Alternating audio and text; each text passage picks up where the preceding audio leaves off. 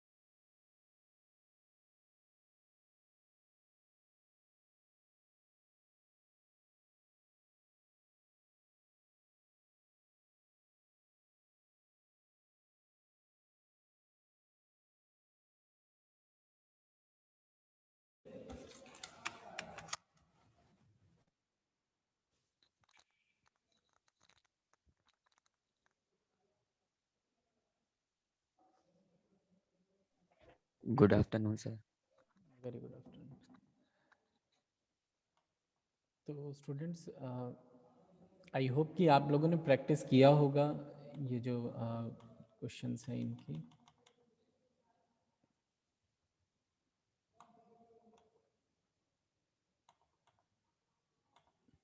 Next हम लोग जो है इसी में बूलियन में कुछ और चीज़ें हैं जैसे गुड मॉर्निंग सर। एसओपी और पीओएस रिप्रेजेंटेशन। सर हाँ जी, good afternoon sir. Good afternoon. Sir हम लोग की प्री एंड ऑनलाइन होंगे कि ऑफलाइन? ऑफलाइन होंगे। Yes sir. सर 19 से या 25 से सर, बिकॉज हमें दो अनुप्रिया मैम ने पहले हमें एक पीडीएफ टाइप का भेजा था, उसमें लिखा था कि सर 19 से हमारे पेपर 25 तक, एंड सर उसके बाद हमें एक ऑफिशियल नोटिस आई है जिसमें लिखा है कि सर 25 से 3 तक है हमारे, 3 मार्च तक। हाँ, तो जो ऑफिशियल नोटिस आया है वही करेक्ट है। 19 से नहीं, वही 25 के आसपास सही है। Okay sir, thank you. Confusion है सर, हम लोग को टैक्सी भी फाइनल नहीं पता है कब से है, कैसे होने हैं। आपकी वॉइस बहुत ब्रेक हो रही है अलीशा, फिर से बताइए क्या पूछ रहे हैं। तो मैं पूछ रही सर, हम लोग को इतनी कंफ्यूजन है, हम लोग को।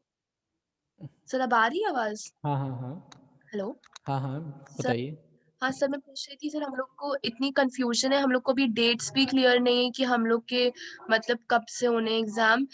और सर मतलब कोई अगर एक ऑफिशियल नोटिस आ जाए कॉलेज से तो हम लोग को एक क्लैरिटी हो जाएगी कि कैसे होने, देखिए, ऑफिशियल नोटिस तो जो है सर्कुलेट हो गया है। कब से होने हैं। Yes official sir. नोटिस तो सर्कुलेट हुआ है, ठीक है। तो वो ऑफिशियल नोटिस आप लोग देख लीजिए, उसी के अकॉर्डिंग होंगे, क्योंकि बहुत से टीचर हाँ, सब बहुत टीचर्स पे अभी भी एग्री नहीं कर रहे हैं क्योंकि मतलब मे बी वो ऑफिशियल नहीं है शायद। नहीं देखिए, नोटिस तो ऑफिशियल ही है, बट बात ये है ना कि जैसे कि अगर बाई चांस की फिजिबिलिटी नहीं बन पाती है या कुछ ऐसा होता है कि ऑफलाइन कराने में दिक्कतें हो रही हैं, तब हो सकता है कि शायद सेकंड ऑप्शन कोई रखा जाए। तो अगर हम अभी आज की बात कर रहे हैं तो एज पर नोटिस ही हम लोग भी चलते हैं, एंड एज पर नोटिस जो भी कुछ है फाइनल है। नेक्स्ट अगर कुछ और अदर रिवाइज आ जाएगा तो फिर वो फाइनल हो जाएगा, तो उसमें तो खैर हम लोग भी कुछ नहीं कह सकते हैं ना कि आगे क्या डिसाइड होता है, क्योंकि बहुत सारे लोगों से जो है कंसर्न लिया जाता है कि किस तरह से कैसे क्या किया जाएगा, तो अकॉर्डिंगली जो है चीज़ें चेंज हो जाती हैं। जैसे आप लोग ही बता रहे हैं कि पहले आप लोगों को एक नोटिस मिला था कि जिसमें 19 से एग्ज़ाम होने थे, अब एक नेक्स्ट आ गया है जिसमें 25 के अराउंड कुछ है डेट्स। तो वो यस सर। फ्लेक्सिबिलिटीज़ तो रहती ही हैं ऑलवेज किसी भी चीज़ में। डिपेंडिंग अपॉन कि किस तरह से जो है आगे क्या इंफ्रास्ट्रक्चर है, किस तरह से मैनेज किया जाएगा चीज़ों सर को। एक तो हम लोग का सब कुछ फर्स्ट टाइम है, तो हम लोग को कुछ भी क्लैरिटी नहीं कि कुछ भी कैसे होना है। लाइक जैसे क्या? देखिए जैसे आप लोगों को थोड़ा सा सर एग्जाम को यही लेकर सब के कंसर्न एग्जाम था को ना कि लेकर। हाँ, तो एग्जाम का देखिए जो पेपर यस सर। वगैरह है वो आपको कंसर्न फैकल्टीज बता देंगे। जैसे हम भी आप लोगों से डिस्कस कर लेंगे कि किस तरह का पेपर फॉर्मेट आता है। प्रीवियस ईयर के कुछ क्वेश्चन पेपर्स भी हम गूगल क्लासरूम में आज या कल में शेयर कर देंगे, तो आप लोग उसमें से भी देख सकते हैं कि एग्ज़ाम में किस तरह के सब्जेक्टिव क्वेश्चंस आते हैं। साथ ही साथ ट्यूटोरियल शीट्स आप लोगों को शेयर की हुई है कि क्वेश्चंस आप लोगों को कैसे सर आप इम्पोर्टेंट यूनिट किस यूनिट से ज्यादा मार्क्स आते हैं सर, उसको बताइए सर सर। आप अपने सब्जेक्ट के लिए इम्पोर्टेंट यूनिट्स बता दीजिए जो मतलब हम लोग को जो करनी। जो यूनिट्स हैं हर एक यूनिट का इक्वल वेटेज होता है। 100 मार्क्स का पेपर है और 20% का हर एक यूनिट का वेटेज है। तो आप मतलब इम्पॉर्टेंट जैसा यूनिट वाइज कुछ भी नहीं है। इम्पॉर्टेंट यूनिट के अंदर कुछ चीज़ें होती हैं कि हाँ वो क्या इम्पॉर्टेंट है वो डिस्कस कर सकते हैं कि हाँ यूनिट के अंदर क्या इम्पॉर्टेंट है, बट आप कोई यूनिट स्किप नहीं कर सकते हैं। सर वही डिस्कस कर दीजिए सर। हाँ वो डिस्कस कर लेंगे एक बार सर syllabus वगैरह आपके नोट सफिशिएंट हैं? हाँ नोट्स सफिशिएंट है। नोट्स हमने लगभग सभी उसके टॉपिक्स के दे रखे हैं। आप लोग एक बार चेक कर लीजिए, अगर किसी टॉपिक के आप लोगों के पास में मिसिंग है तो हम रीशेयर कर देंगे, ठीक है। बट सभी टॉपिक्स सर के ऐसा नोट्स कुछ भी है अवेलेबल कि हैं। ऑब्जेक्टिव और सब्जेक्टिव 2 पेपर होंगे हमारे? नहीं नहीं, सब्जेक्टिव ही होगा। ऐसा भी बोल रहे हैं कि ऑनलाइन भी होंगे ऑब्जेक्टिव और फिर ऑफलाइन भी होंगे सब्जेक्टिव।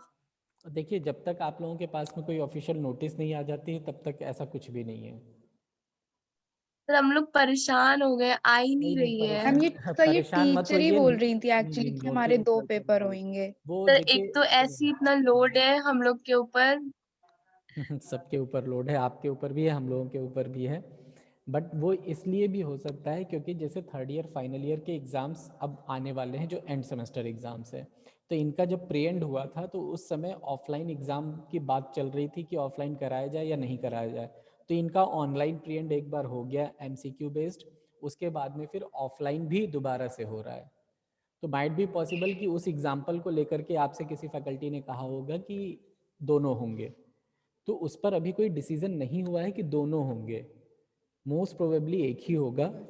बट वही है कि जब तक आपको ऑफिशियल नोटिस नहीं मिल जाए तब तक हम भी आपको ऑफिशियली नहीं कह सकते हैं कि दोनों होंगे कि एक होंगे, और होगा तो कौन सा होगा ये तब तक नहीं कह सकते हैं जब तक कि ऑफिशियली डायरेक्टर सर के पास से नोटिस नहीं आ जाता है। सर तो सर हम लोग आप कब तक लोग वेट करते रहेंगे? सर एक बार आप लोग प्लीज कंफर्म कर लीजिए क्योंकि आप लोग पता लगा सकते हैं। नहीं वही है, एक्चुअली यही बातचीत चल रही है, डिस्कशन चल रहा है अभी। तो जैसे ही वो फाइनलाइज हो जाएगा तुरंत आप लोगों को भी नोटिस मिल जाएगी और हम लोगों को भी फाइनल पता चल जाएगा। बिकॉज फाइनल तब तक नहीं माना जा सकता है ना जब तक कि वो ऑन पेपर नोटिस फॉर्म में नहीं आ जाता है। आप समझ रहे हैं बात को, क्योंकि अभी हम इस तरह से कह भी नहीं सकते हैं कि हाँ ऑफलाइन ही होगा और सब्जेक्टिव ही होगा। बिकॉज अब जैसे नोटिस जब आ जाएगा नोटिस के फॉर्म में कि हाँ ऐसे ऐसे होना है तो फिर ठीक है, हाँ भाई ऐसे होना है। अब कल को नोटिस में कुछ फिर से चेंजेस हो गए तो फिर उसके अकॉर्डिंग और हम सर अभी तो हम लोग का यूनिफॉर्म का भी कुछ नहीं है। नहीं, तो यूनिफॉर्म का कोई इशू भी नहीं होगा आप लोगों के लिए। Okay sir. ठीक है, यूनिफॉर्म के तो लिए सर कन्वेंस का क्या होगा? सर कन्वेंस का कन्वेंस खुद से आना पड़ेगा ना? बिल्कुल आना पड़ेगा खुद से, कॉलेज थोड़ी नहीं कन्वेंस सर, कर क्योंकि सर मेरे घर से सर कॉलेज 35 किलोमीटर है ना, हम्म। तो उस वजह से पूछ रहा हूँ सर। अरे तो कौन सा रोज आना है भाई, 4-5 पेपर होंगे, 6 पेपर होंगे, 5-6 दिन तो मैनेज कर ही सकते हैं आप लोग।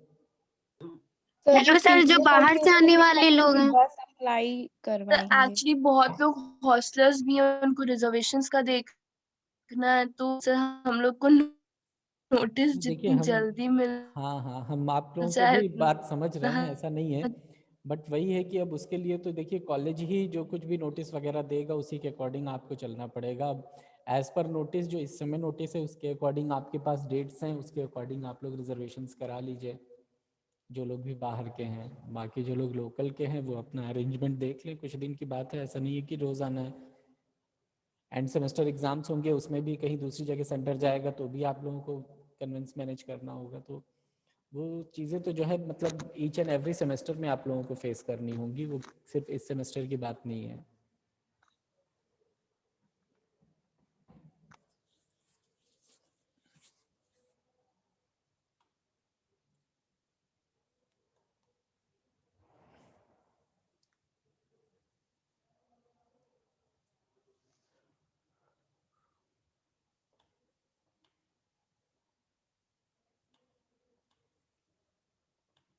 तो एक दो क्वेश्चंस हम इसके बुलियन के डिस्कस कर लेते हैं कि किस तरह से सिंप्लीफिकेशन किया जाता है, क्योंकि इस तरह के बुलियन एक्सप्रेशंस आपके एग्जाम में ज़रूर आएंगे एंड आपको उनको सिंप्लीफाई करके उसका सिंप्लीफाइड आंसर देना होगा। तो कभी कभी तो क्वेश्चन इस तरह के आ जाते हैं कि आपको LHS और RHS में कुछ वैल्यूज दी हुई हैं, उनको प्रूफ करना है। तो प्रूफ वाले क्वेश्चंस बहुत आसान है कि आपको एटलीस्ट ये पता है कि आंसर क्या आना है। बट कभी कभी क्या होता है, जैसे ये क्वेश्चन है कि सिंप्लीफाई कर दीजिए, तो इसमें आपको आंसर नहीं पता है और आपको अपनी टैक्टिक्स लगानी है कि किस तरह से आप क्या आंसर लेके आते हैं और वो मिनिमाइज्ड है कि नहीं मिनिमाइज्ड है। ठीक है,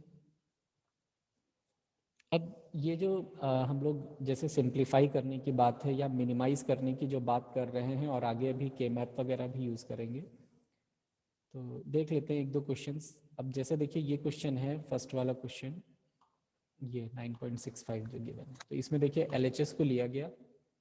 ठीक, ये हमारे पास एक्सप्रेशन है 3 टर्म्स का। अब यहाँ पर क्या किया गया कि ये वाले जो दोनों टर्म्स हैं, इन दोनों टर्म्स में देखिए B कॉमन आ रहा है, या इस वाले टर्म और इस वाले टर्म में A कॉमन ले सकते हैं। तो दोनों में से कोई भी एक काम कर सकते हैं। तो अब जैसे कि बुक में आपको जो सोल्यूशन दिख रहा है हम उसी को डिस्कस करते हैं। तो B को कॉमन ले लिया गया दोनों टर्म्स में से, तो A एज इट इज़ लिखा गया, B कॉमन लिया गया, A बार प्लस A हो गया। और ये A बार प्लस A क्या होता है, 1 के इक्वलेंट होता है। ये कुछ चीज़ें हैं जो आप लोगों को याद रखनी पड़ेगी कि अगर A बार और A को हम ऐड कर रहे हैं तो 1 आएगा, और इन्हीं दोनों को अगर हम मल्टीप्लाई करेंगे तो it will be equals to 0। Because अगर A की वैल्यू 0 है तो A कॉम्प्लीमेंट की वैल्यू कितनी होगी, 1 होगी। अब अगर इन दोनों वैल्यूज को आप ऐड करेंगे तो इट विल कम 0, और अगर आप इन दोनों वैल्यूज को मल्टीप्लाई करेंगे तो आंसर आएगा, सॉरी उल्टा बता दिया, जब ये इन दोनों वैल्यूज को ऐड करेंगे तो आंसर 1 आएगा, और जब दोनों को मल्टीप्लाई करेंगे तो आंसर 0 आएगा। तो ये चीज़ हमें याद रखना है कि A और A कॉम्प्लीमेंट या कोई भी वेरिएबल लिखा है A कॉम्प्लीमेंट या B कॉम्प्लीमेंट, तो सबके लिए ये रूल सेम रहेगा कि अगर एडिशन कर रहे हैं तो 1 आएगा और मल्टीप्लिकेशन कर रहे हैं तो 0 आएगा। तो अब यहाँ पर क्या करेंगे, ये जो ब्रैकेट में वैल्यू गिवन है वहाँ पर हम ये वैल्यू पुट कर देंगे। तो ये वैल्यू तो हमारे पास है जो 1 हो जाएगी, एंड क्या बचेगा A प्लस B, एंड हम देख रहे हैं कि ये RHS पे सेम वैल्यू दी हुई है, तो ये तो देखिए प्रूफ हो गया। ऐसे ही सेकंड क्वेश्चन में जैसे ये दिया हुआ है, तो यहाँ पर भी अब सिंप्लीफाई हमें करना है। तो सिंप्लीफाई करने के लिए हम क्या करते हैं, हमें नंबर ऑफ वेरिएबल्स कम करने होते हैं किसी भी तरह से।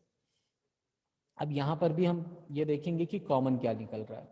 तो अब यहाँ पर देखिए ये जो B बार है ये दोनों में चेंज है, रेस्ट सभी के सभी वेरिएबल सेम है। तो हम क्या करेंगे, ACD को कॉमन ले लेंगे। तो ACD कॉमन लेंगे, ब्रैकेट में B प्लस B बार बचेगा। तो जैसे A प्लस A बार 1 है, वैसे ही B प्लस B बार की वैल्यू भी 1 होगी, एंड यहाँ पर आंसर आ जाएगा ACD। नाउ हम अब इजिली कह सकते हैं कि अब ये इससे ज़्यादा इसमें वेरिएबल्स कम नहीं हो सकते हैं, ना टर्म्स कम हो सकते हैं। तो this is the simplified answer. ऐसे ही नेक्स्ट क्वेश्चन गिवन है, नेक्स्ट में भी हमें आंसर नहीं पता है, हमें बस सिंप्लीफिकेशन करना है। तो लेट अस सी कैसे सिंप्लीफिकेशन करेंगे। तो यहाँ पर जब होल बार लगा हुआ होता है तो यहाँ पर हम डिमॉर्गन थ्योरम्स का यूटिलाइजेशन करते हैं।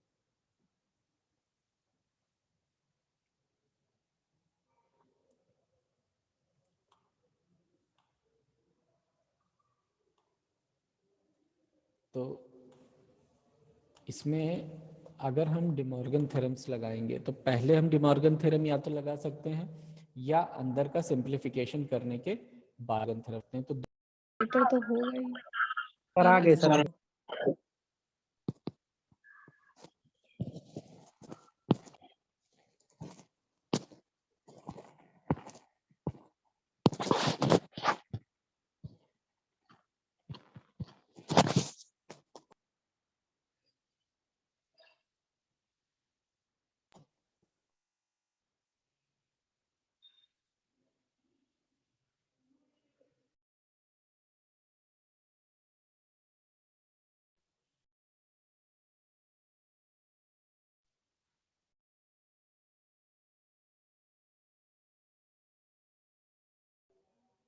सॉरी, ये हम लोग सिंप्लीफिकेशन इसका करते हैं। तो इसमें दो तरीके हैं, या तो हम पहले इसमें जो होल बार लगा हुआ है तो डिमॉर्गन थ्योरम पहले अप्लाई करें, देन फिर सिंप्लीफिकेशन करें, या पहले ब्रैकेट के अंदर के टर्म्स को सिंप्लीफाई कर लें फिर डिमॉर्गन थ्योरम्स लगाएं। तो दोनों ही काम कर सकते हैं। अब यहाँ पर क्या है, यहाँ पे सबसे पहले ब्रैकेट के अंदर सॉल्व किया गया। तो ब्रैकेट के अंदर का जब सॉल्व करेंगे तो क्या है, जैसे ए और बी पर होल कॉम्प्लीमेंट है तो एक डिमॉर्गन थ्योरम यहाँ भी लगेगी। तो डिमॉर्गन थ्योरम के अकॉर्डिंग क्या होगा, अगर होल पे कॉम्प्लीमेंट है तो ये कॉम्प्लीमेंट हटा करके हम इंडिविजुअल पे कॉम्प्लीमेंट्स लगाते हैं, और जो भी बीच में साइन होता है वेरिएबल्स के उस साइन को चेंज कर देते हैं। अगर डॉट लगा है तो प्लस हो जाएगा, प्लस लगा है तो डॉट हो जाएगा। तो ए बी बार को हम इस एक्सप्रेशन से रिप्लेस कर सकते हैं। तो यहाँ पर देखिए रिप्लेस कर दिया गया और ये नया टर्म आ गया। अब यहाँ पर क्या है कि ए कॉम्प्लीमेंट और ए कॉम्प्लीमेंट दो बार लिखा हुआ है, ठीक। तो ए कॉम्प्लीमेंट और ए कॉम्प्लीमेंट को अगर हम ऐड करेंगे तो ए कॉम्प्लीमेंट ही बचेगा, बिकॉज कोई भी वेरिएबल होगा उसको हम चाहे जितनी बार ऐड करें सेम वैल्यू आएगी। अगर ए प्लस ए हो या A complement plus A complement हो या कोई अदर वेरिएबल गिवन हो और उसको हमें n टाइम्स ऐड करना है तो आंसर हमेशा क्या आएगा, सेम वैल्यू आएगी। जैसे हम 1 + 1 + 1 करते चले जाएं, चाहे जितनी बार करें आंसर क्या आएगा, 1 ही आएगा। 0 को चाहे कितनी बार भी ऐड कर ले 0 ही आएगा। तो ये जो वैल्यू है जो हम ऐड कर रहे हैं यहाँ पर क्या है, आइदर हम 1 1 को ऐड कर रहे होंगे या 0 0 को ऐड कर रहे होंगे, क्योंकि ए कॉम्प्लीमेंट की वैल्यू या तो 1 होगी या 0 होगी। तो ऑलवेज एक ही वैल्यू आएगी ए कॉम्प्लीमेंट। तो जब भी इस तरह के दो वैल्यूज सेम वैल्यूज लिखे होंगे तो हम उनको सिंगल वैल्यूज से रिप्लेस कर देंगे।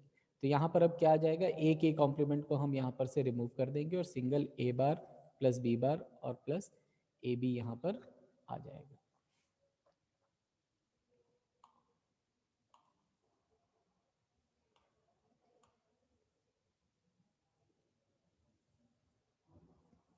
ठीक है, नेक्स्ट अगेन हम यहाँ पर ये डिमॉर्गन थ्योरम लगाएंगे। ठीक, डिमॉर्गन थ्योरम जैसे ही लगाएंगे क्या होगा, ये जो कंप्लीट बार है ये बार हमारा ब्रेक होगा और इंडिविजुअल सभी पर बार लग जाएगा। तो ए पर पहले से बार था, एक और बार लग गया, बी पे पहले से बार था, एक और बार लग गया, ए बी पे बार नहीं था, तो यहाँ पर सिंगल बार होगा। ठीक है, अगर आपको डबल दिख रहा है तो इसे आप सिंगल अज्यूम करिएगा इस तरह से। और बीच में तीनों टर्म्स के बीच में एडिशन का साइन था तो यहाँ पर मल्टीप्लिकेशन का साइन आ जाएगा। ये डिमॉर्गन थ्योरम्स का स्टेटमेंट है। ठीक, अब ए पर डबल कॉम्प्लीमेंट है तो क्या होगा, डबल कॉम्प्लीमेंट एक दूसरे को कैंसिल कर देंगे और सिंपल ए बचेगा। ऐसे ही बी पे डबल कॉम्प्लीमेंट है तो सिंपल बी बचेगा। तो y की वैल्यू अब क्या हो जाएगी, a.b.ab का होल बार। अगेन इसमें भी डिमॉर्गन थ्योरम लगाएंगे क्योंकि पूरे टर्म पे बार है, तो ये किस पे चेंज हो जाएगा, A complement plus B complement में चेंज हो जाएगा। अब इस वैल्यू को यहाँ पर रखेंगे और ब्रैकेट को ओपन कर देंगे। ब्रैकेट ओपन करते ही क्या आ जाएगा, ए कॉम्प्लीमेंट बी और ए बी कॉम्प्लीमेंट। अब यहाँ पर हमने अभी आपको बताया था कि अगर ए और ए कॉम्प्लीमेंट को मल्टीप्लाई करेंगे तो 0 आएगा, ऐसे ही बी कॉम्प्लीमेंट को मल्टीप्लाई करेंगे तो 0 आएगा। और जैसे ही ये वैल्यूज हम इसमें पुट करेंगे तो y will become equals to 0, तो ये वैल्यू हमारी 0 आ जाएगी। तो इसका जो सिंप्लीफाइड आंसर होगा वो क्या होगा, 0, इस वाले एक्सप्रेशन का जो अभी हम सॉल्व कर रहे हैं। तो हमको इस तरह से कंप्लीट जो है ये सारी टैक्टिक्स लगानी है और इसी तरह से सिंप्लीफिकेशन करना होता है। प्रैक्टिस करेंगे बहुत इजी लगेगा, प्रैक्टिस नहीं करेंगे तो डिजिटल इलेक्ट्रॉनिक्स बहुत टफ है।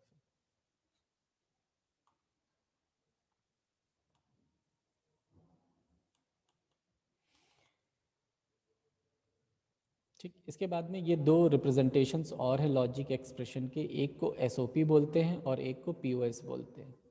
एसओपी का मतलब होता है सम ऑफ प्रोडक्ट फॉर्म और पीओएस का मतलब होता है प्रोडक्ट ऑफ सम फॉर्म। तो अब इसका मतलब क्या है, जैसे कि अगर हमारे पास में ये कोई एक्सप्रेशन दिया हुआ है तो इस एक्सप्रेशन में हम क्या देख रहे हैं कि ये जो दोनों टर्म्स है, अगर हम इंडिविजुअल इन दोनों टर्म्स को देखेंगे तो ये दोनों टर्म्स क्या है, प्रोडक्ट टर्म है, यानी बी और सी को प्रोडक्ट किया है और ए और सी को प्रोडक्ट किया है। तो पहले इन दोनों का प्रोडक्ट किया गया और बाद में इन दोनों को सम कर दिया, इसीलिए इस तरह के एक्सप्रेशन को हम कहते हैं सम ऑफ प्रोडक्ट्स।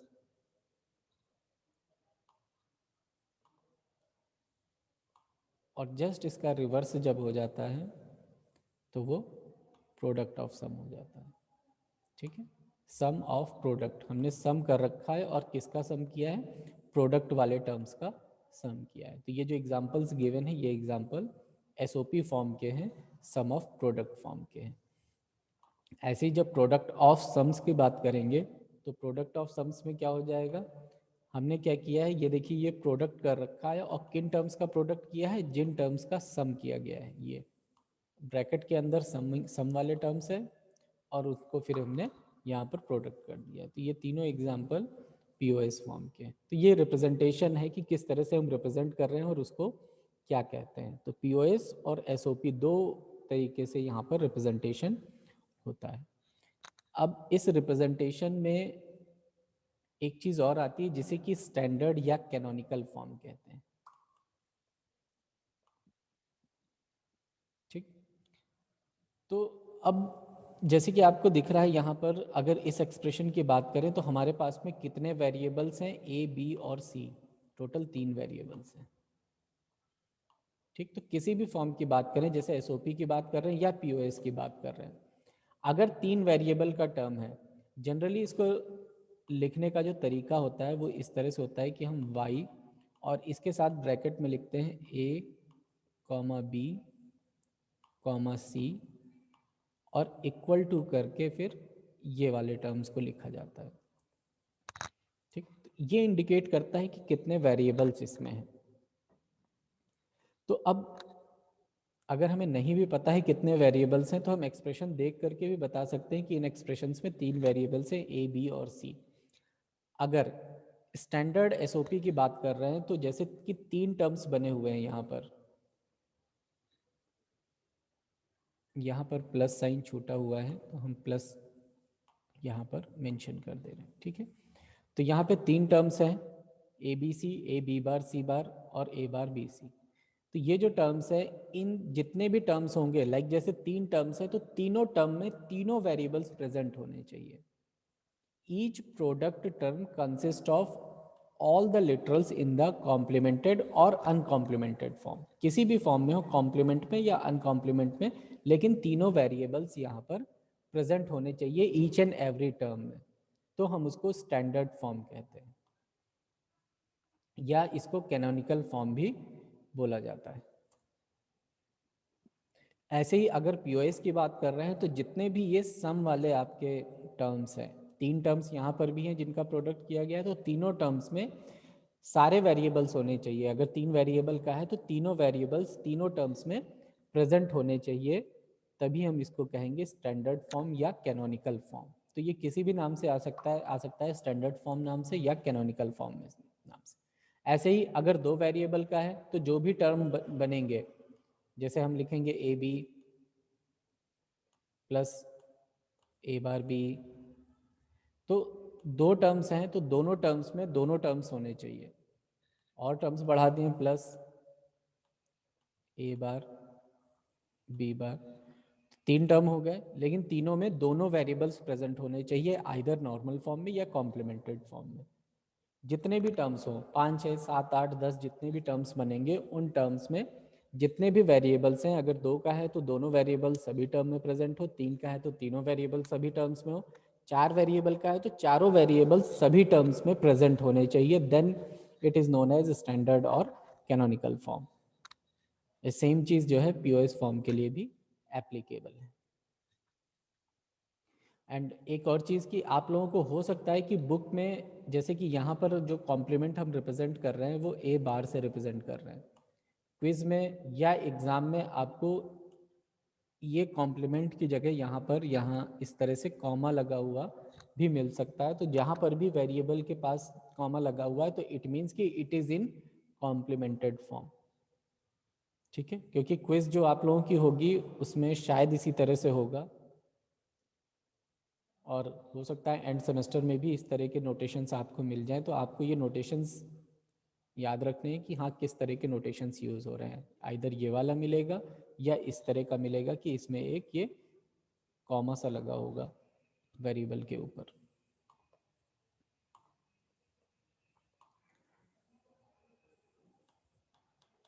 ठीक, अब ये देखिए कुछ यहाँ पर एक्सप्रेशंस दिए हुए हैं, जैसे कि ये नॉन स्टैंडर्ड है क्योंकि देखिए इस टर्म में सी का टर्म नहीं है जबकि बाकी के दोनों टर्म्स में सी का टर्म है, तो इट मीन्स ये 3 वेरिएबल का है और इसमें भी अगर सी का टर्म होता तो ये भी स्टैंडर्ड होता, तो this is non standard form.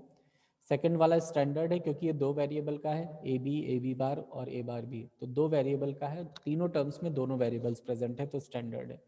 ऐसे ही ये भी स्टैंडर्ड है क्योंकि तीनों टर्म्स में दो वेरिएबल्स दोनों ए और बी दोनों प्रेजेंट है।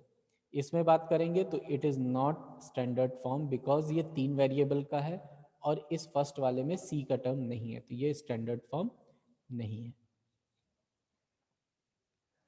अब कभी कभी ऐसा आता है कि इस तरह के नॉन स्टैंडर्ड एसओपी या पीओएस फॉर्म गिवन होते हैं और उनको स्टैंडर्ड में कन्वर्ट करना होता है, तो उनको कन्वर्ट करने का एक तरीका है कि जैसे कि ये देखिए ये क्वेश्चन दिया हुआ है कि इसको स्टैंडर्ड एसओपी में कन्वर्ट करना है। अब यहाँ पर देखिए 3 टर्म का है, ए बी सी का, और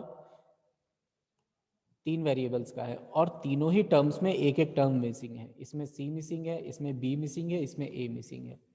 तो अब मिसिंग टर्म को यहाँ पर फुलफिल करने के लिए हम क्या करते हैं कि जिस टर्म में जो भी मिसिंग है, जैसे कि देखिए यहाँ मेंशन किया गया है कि कौन कौन से टर्म्स मिसिंग है, तो मिसिंग टर्म में हम क्या करते हैं, जैसे फर्स्ट वाले में सी मिसिंग है इसमें, तो हम इसमें क्या करते हैं, इसमें एक टर्म मल्टीप्लाई करते हैं सी प्लस सी कॉम्प्लीमेंट। ठीक, सी प्लस सी कॉम्प्लीमेंट की वैल्यू कितनी होती है, इट इज इक्वल्स टू 1। तो अगर हम 1 को ए और बी में मल्टीप्लाई करेंगे तो उसका कोई फर्क नहीं पड़ेगा क्योंकि किसी भी वेरिएबल को 1 से मल्टीप्लाई करेंगे तो as it is same variable आता है, तो इसीलिए यहाँ पर हम सी और सी कॉम्प्लीमेंट को मल्टीप्लाई कर रहे हैं।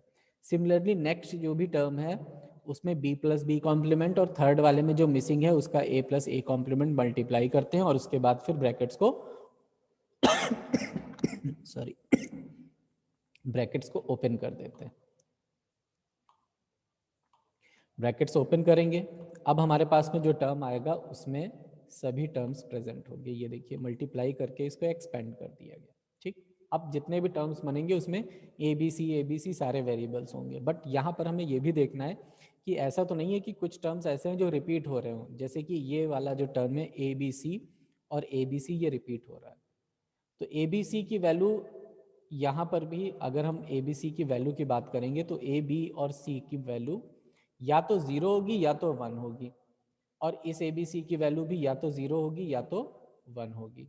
तो हम किसी एक ही बार इसको लिखेंगे क्योंकि हमने पढ़ा है कि सेम वेरिएबल को n टाइम्स में मल्टीप्लाई करेंगे तो वही वेरिएबल आएगा। तो ये जो 2 बार ए बी सी लिखा हुआ है तो 2 बार की बजाय हम सिर्फ 1 बार ए बी सी लिखेंगे। इसी तरह से और देख लेते हैं टर्म्स कौन कौन से यहाँ पर कॉमन है। ये देखिए एक टर्म ये हो गया आपका और एक टर्म ये हो गया, ए बी सी बार और ए बी सी बार, ये भी देखिए सेम टर्म 2 बार लिखा हुआ है, तो इसको भी कलेक्ट कर लिया और इसे भी सिर्फ एक ही बार लिखेंगे। नेक्स्ट दोनों जो टर्म्स हैं वो आपके इंडिपेंडेंट है। तो अब हमारे पास में जो मिनिमाइज्ड आएगा, जो एक्सप्रेशन फाइनल बनेगा वो एक्सप्रेशन बन जाएगा, एक बार हम लिखेंगे ए बी सी, एक बार लिखेंगे ए बी सी बार, और लास्ट के ये जो दोनों टर्म्स है वो दोनों टर्म्स आ जाएंगे। अब देखिए जितने भी टर्म्स हैं उन टर्म्स में सभी में तीनों वेरिएबल्स प्रेजेंट हैं। तो इस तरह से हम कन्वर्जन प्रोसेस करते हैं कि किसी भी नॉन स्टैंडर्ड फॉर्म को स्टैंडर्ड फॉर्म में कन्वर्ट कर सकते हैं। तो ये तो हो गया एसओपी फॉर्म का, सम ऑफ प्रोडक्ट टर्म। जब पीओएस फॉर्म में करते हैं तो पीओएस फॉर्म में क्या करना होता है हमें, हमारे पास में इस तरह का टर्म गिवन है। अब यहाँ पर भी हम आइडेंटिफाई कर लेते हैं किस टर्म में क्या मिसिंग है, और एक बार आइडेंटिफाई कर लिया तो उसके बाद में फिर हम क्या करेंगे, यहाँ पर हम हर एक टर्म में, क्योंकि हमें एडिशन करना है तो हम ऐसे टर्म का एडिशन करेंगे जिसकी वैल्यू 0 हो, क्योंकि 0 ऐड करने पे कोई फर्क नहीं पड़ेगा। जैसे 1 मल्टीप्लाई कर रहे थे तो कोई फर्क नहीं पड़ रहा था, ऐसे ही यहाँ पर 0 ऐड करेंगे तो कोई फर्क नहीं पड़ेगा। और यहाँ पर देखिए जैसे सी वाला टर्म मिसिंग था तो सी कॉम्प्लीमेंट को यहाँ पर ऐड किया गया है। And c into C complement की वैल्यू क्या होगी? कोई बता सकता है? 0 होगी, जीरो होगी। क्योंकि एक c की वैल्यू अगर 1 है तो दूसरे c की वैल्यू 0 होगी, तो मल्टीप्लिकेशन ऑलवेज 0 आएगा, और 0 ऐड करने से इस टर्म में कोई भी फर्क नहीं पड़ रहा है। तो इसीलिए जिसमें c मिसिंग है उसमें c into C complement add करेंगे, जिसमें b मिसिंग है उसमें b इंटू बी कॉम्प्लीमेंट, और जिसमें a मिसिंग है उसमें a into A complement add कर देंगे। उसके बाद प्रोसीजर वही सेम है जैसे पहले किया था। ये वाली हम आइडेंटिटी अप्लाई करेंगे, a plus B C equals to A plus B into A plus C. इसको अप्लाई करेंगे तो हमारे पास में इस टर्म को हम ले लेते हैं, ट्रीट कर लेते हैं एज अ ए, और इस टर्म को ट्रीट कर लेते हैं एज अ बी सी। तो यहाँ पर क्या आ जाएगा, एक बार a प्लस बी प्लस सी आ जाएगा और एक बार a प्लस बी प्लस सी बार आ जाएगा। Similarly rest of the terms जो हैं वो भी हम एक्सपेंड कर लें। इसके बाद में जितने टर्म्स कॉमन हैं, जैसे कि ए बी सी है और ये भी है ए बी सी, ये दो टर्म्स को हम दो बार ना लिख करके एक ही बार लिखेंगे, क्योंकि इन दोनों का मल्टीप्लिकेशन सेम ही आएगा, इधर 0 इंटू 0 होगा या 1 इंटू 1 होगा, तो सेम वैल्यू आएगी। तो इसकी जगह पर एक टर्म लिख देंगे।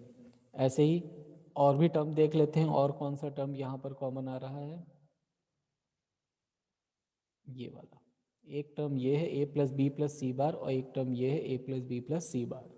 क्योंकि ऑर्डर कोई भी हो एडिशन का, एडिशन सेम आएगा, एडिशन का ऑर्डर हम यहाँ चेंज कर सकते हैं। तो यहाँ पर भी तो ये दो टर्म्स हो गए, एक a प्लस बी प्लस सी और एक ये। इन दोनों टर्म्स की रिपीटिशन है तो रिपीटिशन हटा देंगे और सिर्फ सिंगल टाइम हम इनको यहाँ पर लिखेंगे, रेस्ट एक्स्ट्रा टर्म्स रिमूव कर देंगे। ठीक, अब ये भी सिंप्लीफाई हो जाएगा और हमें जो टर्म जो एक्सप्रेशन लास्ट में मिलेगा उसमें हम देख रहे हैं कि ईच एंड एवरी टर्म में all three variables are present. तो now this is also converted into standard और कैनोनिकल फॉर्म। तो ये कन्वर्जन का प्रोसीजर है। क्वेश्चन आता है कभी कभी कि नॉन स्टैंडर्ड को स्टैंडर्ड में कन्वर्ट करना है। ठीक है, अदर एग्जांपल्स दिए हुए हैं, प्रैक्टिस कर सकते हैं इनसे आप लोग।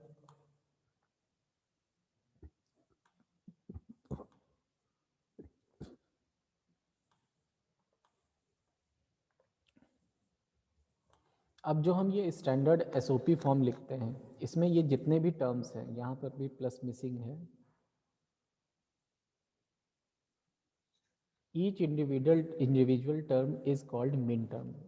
इनकी नेमिंग की गई है, इसको मिन टर्म कहते हैं। ऐसे ही स्टैंडर्ड पीओएस फॉर्म में जितने जो टर्म्स होते हैं, इन टर्म्स को मैक्स टर्म्स कहा जाता है।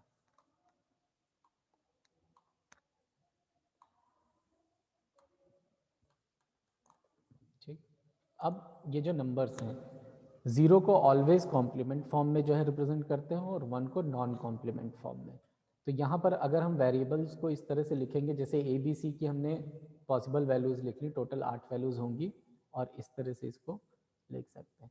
तो इसके अगर हम मिन टर्म्स बनाएंगे तो तीनों वैल्यू जीरो है, तो ए बार बी बार सी बार, ये बार कंटिन्यूस नहीं है, ए बार बी बार और सी बार, और रिप्रेजेंट इससे करते हैं एम नॉट, क्योंकि 0 0 0 is equivalent to the 0 decimal. ये 1 के इक्वलेंट है, ये 2, ये 3, ये 4, ये 5, ये 6 और ये 7। तो इस तरह से टोटल 8 मिन टर्म्स बनेंगे। पहला वाला एम नॉट के इक्वलेंट है, दूसरे में देखिए ये दो वैल्यूज 0 हैं, तो जो वैल्यूज 0 हैं उनके साथ बार लगा हुआ है, सी के में 1 वैल्यू है तो सी को एज इट इज लिखा हुआ है। तो इस तरह से ये वैल्यूज़ को हम यहाँ पर रिप्रेजेंट करते हैं मिन टर्म्स में। सिमिलरली मैक्स टर्म्स में जब रिप्रेजेंट करते हैं तो कैपिटल एम यूज़ करते हैं एंड जस्ट रिवर्स इसका यूज़ करते हैं। अगर मिन टर्म्स में हम 0 को ए कॉम्प्लीमेंट से, जैसे ए की वैल्यू 0 है तो ए कॉम्प्लीमेंट लिख रहा है, तो 0 को यहाँ पर नॉर्मल वैल्यू से रिप्रेजेंट करते हैं। मिन टर्म्स और मैक्स टर्म्स ऑलवेज एक दूसरे के अपोजिट होते हैं। यहाँ पर जो वैल्यू मिन टर्म्स में कॉम्प्लीमेंट फॉर्म में है, यहाँ नॉन कॉम्प्लीमेंट फॉर्म में होगी, और जो वैल्यू इसमें नॉन कॉम्प्लीमेंट फॉर्म में है वो वैल्यू यहाँ पर कॉम्प्लीमेंट फॉर्म में होती है। ये मिन टर्म्स एंड मैक्स टर्म्स में डिफरेंस है, तभी हम इन दोनों वैल्यूज को इक्वेट कर सकते हैं।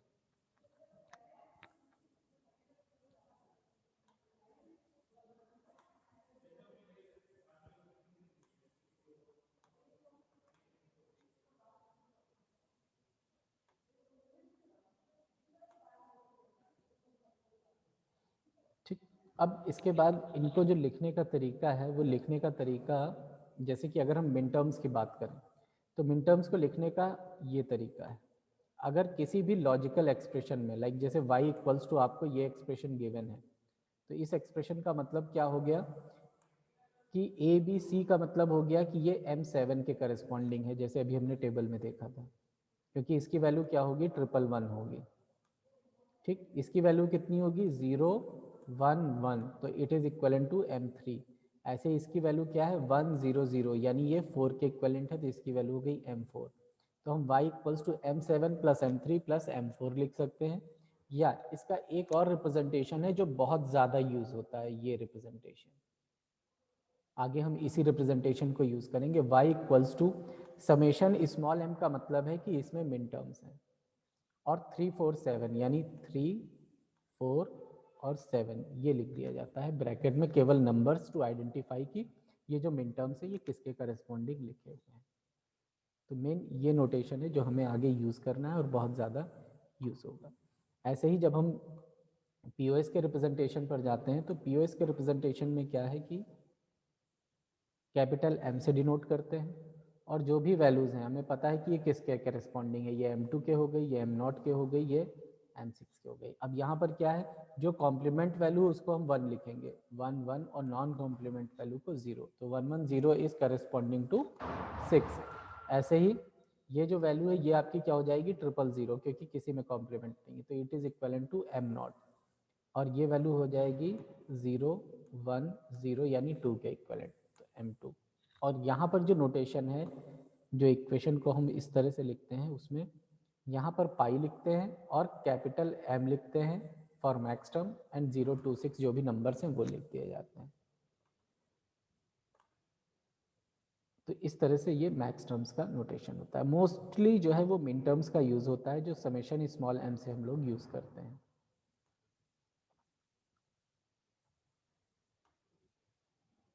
तो यहाँ तक करिए, इसके बाद में नेक्स्ट लेक्चर में हम आप लोगों को के मैप बताएंगे कि किस तरह से के मैप के थ्रू हम लोग मिनिमाइजेशन करते हैं। लेक्चर का टाइम हो गया, आप लोग प्रैक्टिस ज़रूर करिए, इस डिजिटल इलेक्ट्रॉनिक्स में प्रैक्टिस मस्ट है। रिज्वाइन तो नहीं करना है? नहीं, रिज्वाइन मत करिए, कल से रिज्वाइन कराएंगे, कल से 1 घंटे की क्लास लेंगे।